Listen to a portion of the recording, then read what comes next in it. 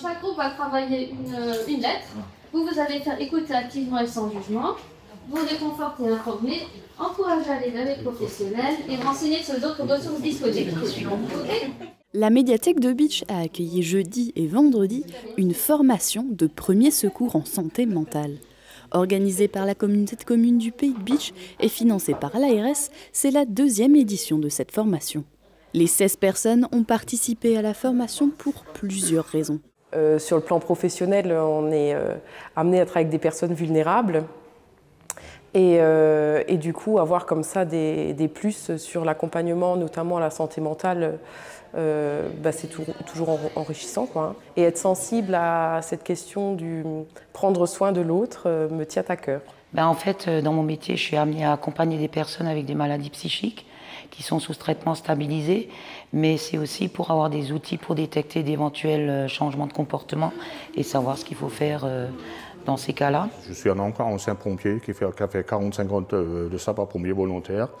Donc c'était un domaine que je ne connaissais pas, on n'a jamais fait. C'est vrai, c'est un domaine qui est intéressant parce qu'on ne connaît pas la détresse des personnes et de plus en plus actuellement.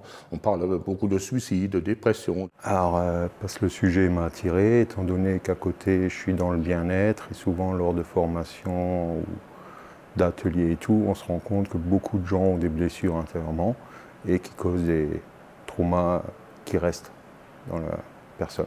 Lors de cette formation à destination de tous les publics, les participants découvrent notamment les 4 grands troubles psychiques. Le trouble dépressif, anxieux, lié à la consommation de substances, et le trouble psychotique. Pour la formatrice, ce type de formation a une place importante dans la santé publique. Ça va nous permettre de repérer les premiers signes, de mieux comprendre les choses.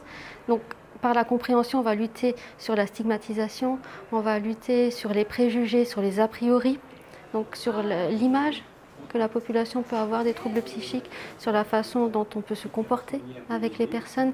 Donc je pense que vraiment ça a tout un intérêt dans la santé, pour la santé publique et pour que ces personnes qui souffrent de ces troubles soient au mieux insérées dans la société et au mieux accompagnées.